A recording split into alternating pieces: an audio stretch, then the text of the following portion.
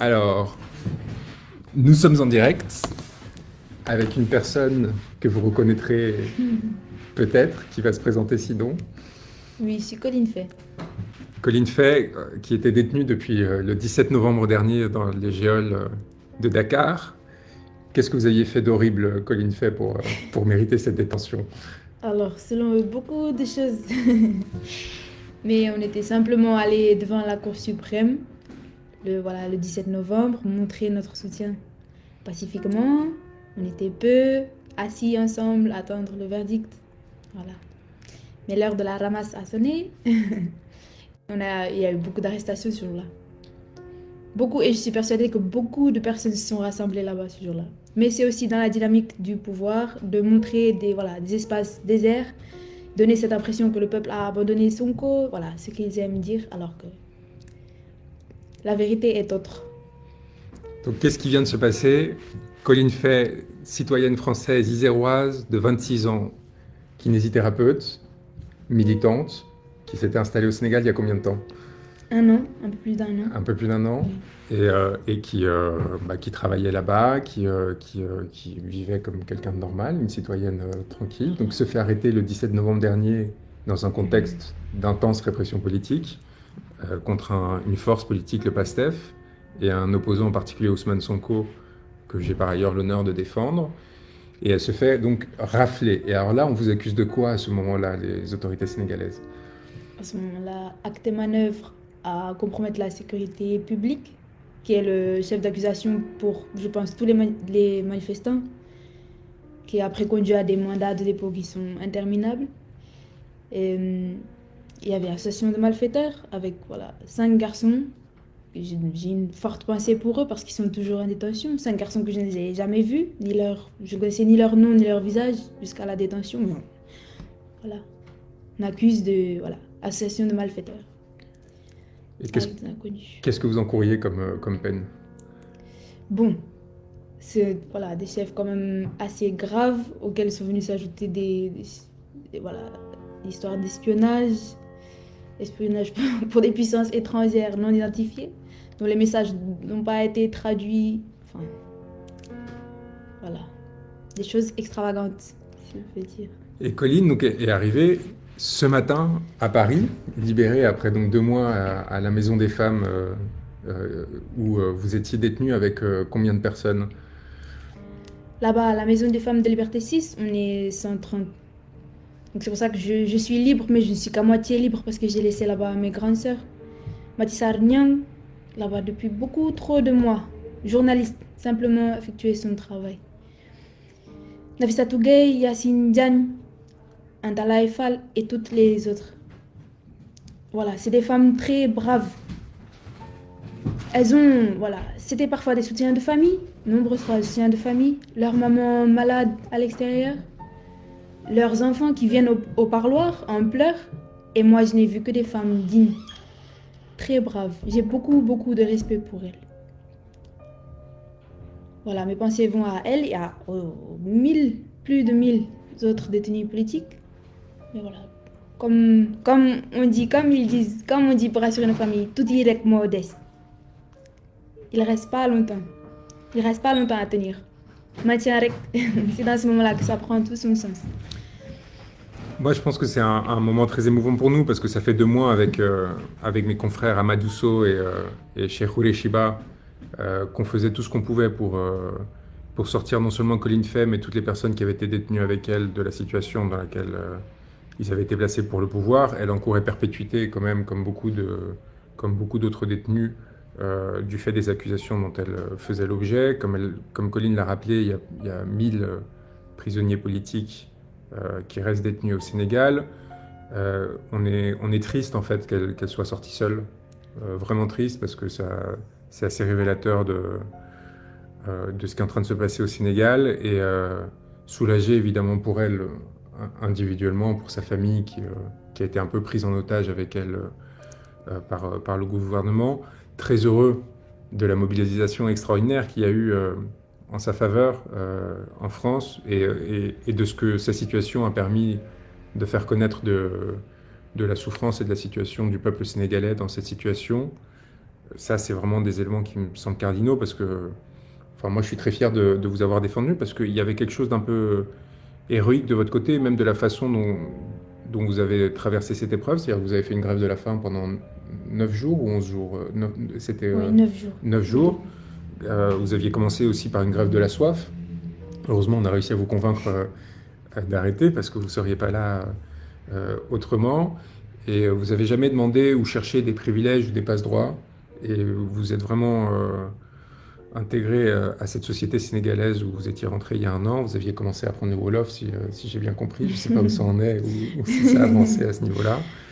Et, et on a vu naître en fait un mouvement en France de sensibilisation à travers Colline à ce qui était en train de se passer, encore une fois, qui est peut-être la plus belle façon d'exister en fait, c'est de servir d'autres personnes à travers soi. Donc on est très fiers de vous en fait, parce qu'il y a vraiment quelque chose d'assez beau qui s'est généré. Très fiers de tous ceux qui sont mobilisés, des milliers de personnes qui ont relayé les messages, qui ont été là, ont commenté, ont passé le mot, malgré dans un premier temps le silence des médias.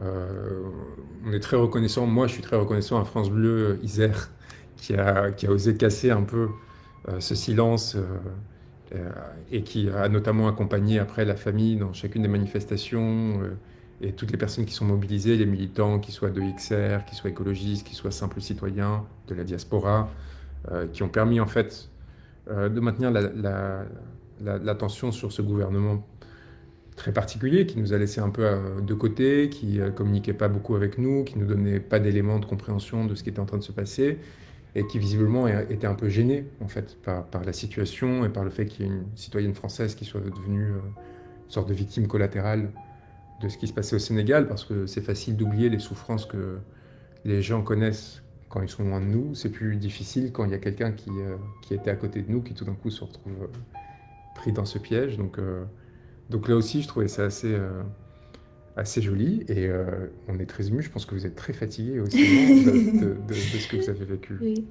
Est-ce que vous voulez nous dire quelque chose, je ne sais pas, sur ce que vous avez vécu dans la prison, peut-être quelque chose que vous avez vu qui vous aurait marqué particulièrement, quelque chose que vous aimeriez faire connaître aux gens de ce que vous avez traversé pendant cette période qui vous viendrait à l'esprit comme ça, spontanément? Oui, déjà rapidement remercier vraiment du fond du cœur, même si je ne suis pas encore au courant de tout ce qui s'est passé, mais ça fait vraiment chaud au cœur, voilà. Toutes les mobilisations, au Sénégal, en France, en Espagne, je remercie vraiment chaque personne qui a apporté, voilà, son grain de sable. Et évidemment le travail des avocats, Maître Juan Blanco ici présent et Maître Korishiba, Maître Madousso. Leur soutien moral a été très très très important pour moi dans ce processus. Et la prison, bon, pour moi, les principales choses qui doivent être dénoncées, et qu'on sait déjà, mais la surpopulation carcérale, en fait, c'est pas tolérable. On parle de rebus, mais chez les femmes, c'est pareil. Moi, j'ai partagé mon matelas d'une seule personne pendant plus d'un mois avec une femme enceinte. C'est pas sûr. Là-bas, il y a plein d'enfants, entre 0 et 2 ans. J'ai vu de nombreux enfants faire leur premier pas dans la prison. La négligence médicale, il y a beaucoup de choses qui sont à dénoncer. Moi, ce qui m'a touchée particulièrement, c'est la détermination des patriotes. Les conditions sont très difficiles et malgré ça, la détermination augmente même avec la difficulté. Le peuple sénégalais est un très grand peuple. Je pense que c'est le journaliste Ayoba qui a dit ça. Mais il faut ne jamais croire, ne jamais vous laisser faire croire quand on dit que vous avez abandonné Sonko, abandonné le projet. Projet Birrela, c'est-à-dire, voilà, chacun fait dans la mesure qu'il peut là où il est. Mais j'ai vu beaucoup de détermination, malgré tous les risques, voilà, toute la répression, lourde répression présente au Sénégal. Et voilà, j'ai beaucoup de respect envers ce peuple et j'ai confiance. Tout direct, modeste, encore une fois. Moi, j'ai une grande fierté, au-delà du courage politique que montrent toutes les personnes qu'on représente au Sénégal, d'avoir défendu des femmes comme Colline Fay ou Falla Fleur, parce que elle montre aussi que, enfin, il y a quelque chose à travers ces esprits et ces corps féminins dans leur engagement qui peut-être fait plus progresser euh, tout simplement l'humanité que n'importe quelle autre forme de discours ou même d'engagement, parce qu'il faut quand même un courage particulier en étant une femme en général dans ce monde et dans des territoires où la violence est omniprésente, de faire des gestes aussi anodins que participer à une manifestation. On le voit en fait, les conséquences qui peuvent être payées. Falla Fleur, elle a été mutilée, et puis pourtant en mars 2021, et pourtant en 2023, elle est ressortie. Elle a été à nouveau arrêtée, elle est restée pendant 5 mois en prison. Et je trouve que Colin Fay, qui savait tout ça, qu'elle se soit dit qu'il fallait, que c'était son devoir de citoyenne d'accompagner les personnes avec qui elle était dans une manifestation, alors qu'elle avait vu la répression terrible qui avait eu cours les mois précédents, les morts, les tirs à balles réelles. Je pense que c'était le plus bel hommage qu'on pouvait rendre justement au courage de ce peuple sénégalais. Et nous, si on est rentré dans ce combat aux côtés d'Ousmane Sonko, c'est pas tant pour les idées ou même la personne d'Ousmane, avec qui j'ai tissé des liens d'amitié extraordinaires et que j'ai appris à admirer. Mais en fait, c'est surtout pour le courage qu'a montré le peuple sénégalais, en fait. C'est-à-dire sa capacité à, malgré les balles, malgré la violence gratuite, malgré les nervis, à tenir droit et à dire maintien rec, on lâche pas, on est là et on tient notre souveraineté à notre dignité et on ne pliera pas. Et donc voir qu'il y a des personnes qui du monde entier à un moment donné se sont greffées pacifiquement à cette lutte et qui ont décidé parce qu'elles avaient un lien avec le Sénégal. Je pense que vous, c'est un lien de ce que vous me racontiez tout à l'heure qui vous vient de Madrid, c'est ça, que vous avez rencontré là-bas des Sénégalais dans le cadre de mobilisation et qui ont commencé à vous parler d'Ousmane Sonko. C'est ça? Comment ça a commencé ça? Je trouvais ça très touchant quand vous m'en avez parlé. Oui, les Sénégalais de la diaspora que j'ai rencontrés un peu par hasard, et dès qu'on parlait de politique, il y avait tellement d'admiration quand on parlait de Sonko. Sonko, c'était comme un phénomène. Même avant de connaître son histoire, son parcours, les Sénégalais de la diaspora parlent de lui avec beaucoup d'admiration, beaucoup de respect, beaucoup d'espoir. Et en fait, ça veut déjà dire beaucoup de choses. Après, voilà. En arrivant au Sénégal, c'est assez flagrant la discrimination. Là, on dénonce encore. Voilà, j'en profite pour saluer le FRAPP qui fait un travail de terrain voilà, exceptionnel. Mais c'est flagrant. C'est pour ça que pour moi, c'était un devoir de prendre position parce que combattre l'injustice, c'est pas dans mon pays et après, le reste ne m'intéresse pas. En plus de ça, il y a le devoir de réparation. On ne peut pas nier que voilà, nos passés sont liés, tout ça. Pour reprendre une phrase de Youssoufa, comment prétendre être vivant sans prendre position? Voilà. Moi, c'est juste dans cette logique-là que je me suis mis un peu au service du projet, mais avec le plus grand respect du monde et la confiance que voilà, le réveil du phénix aura lieu. Moi, j'ai un vrai sentiment d'identification à Colline parce que je me souviens à peu près à son âge, j'avais 24-25 ans, quelqu'un m'a présenté à Julian Assange, le fondateur de Wikileaks, en me disant que Snowden avait besoin d'aide, qu'il fallait que je passe à l'ambassade de Londres à l'ambassade d'Équateur à Londres, pardon, pour voir avec lui comment est-ce que je pourrais aider Edward Snowden, etc. Et moi, j'étais un étudiant en droit, j'étais en doctorat, et j'étais un peu désespéré de ne pas savoir comment me sentir utile, comment aider, et ainsi de suite. Et je me souviens de quand ils m'ont proposé de commencer à travailler avec Wikileaks, d'un sentiment immédiat de reconnaissance que j'ai eu à leur égard, parce qu'en fait, ils me donnaient la possibilité auquel beaucoup de gens aspirent, qui consiste justement à servir une cause, servir une idée et essayer de rendre le monde meilleur. Et la première réflexe que j'ai eu, c'est ok, comment est-ce que j'utilise ce privilège pour le redistribuer? Et des engagements comme celui du peuple sénégalais en ce moment, pour leur souveraineté et leur démocratie, en fait, résonnent à travers le monde et donnent à des personnes soit la possibilité de s'engager, soit un exemple qui va leur permettre à leur tour, sur leur pays, dans leur territoire, de construire quelque chose de meilleur, et avec des principes qui sont beaux, c'est-à-dire de pacifisme, d'engagement citoyen, de représentativité, Et donc là, je trouve ça très émouvant, en fait, ce point de contact. Et je comprends qu'on ait voulu vous faire tomber, du coup. Je comprends qu'en fait, le gouvernement en place ait fait de vous un point de tension et de friction, et se soit dit qu'il fallait se débarrasser de vous, parce que symboliquement, en fait, ça casse aussi toute la dynamique qu'ils ont essayé de construire, qui consiste à dire, ah oui, c'est la France contre le Sénégal, c'est une histoire de couleur de peau, et ainsi de suite.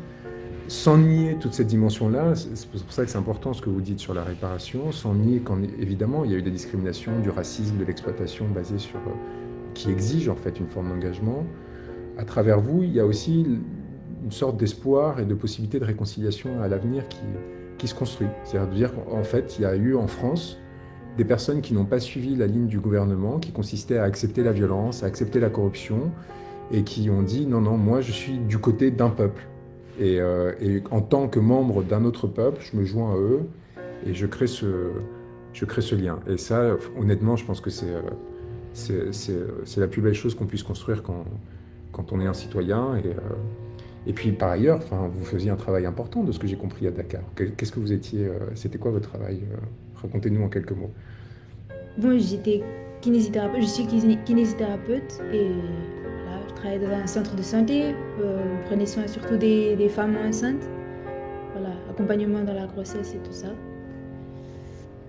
Une vie normale jusqu'à ces événements de novembre. Voilà.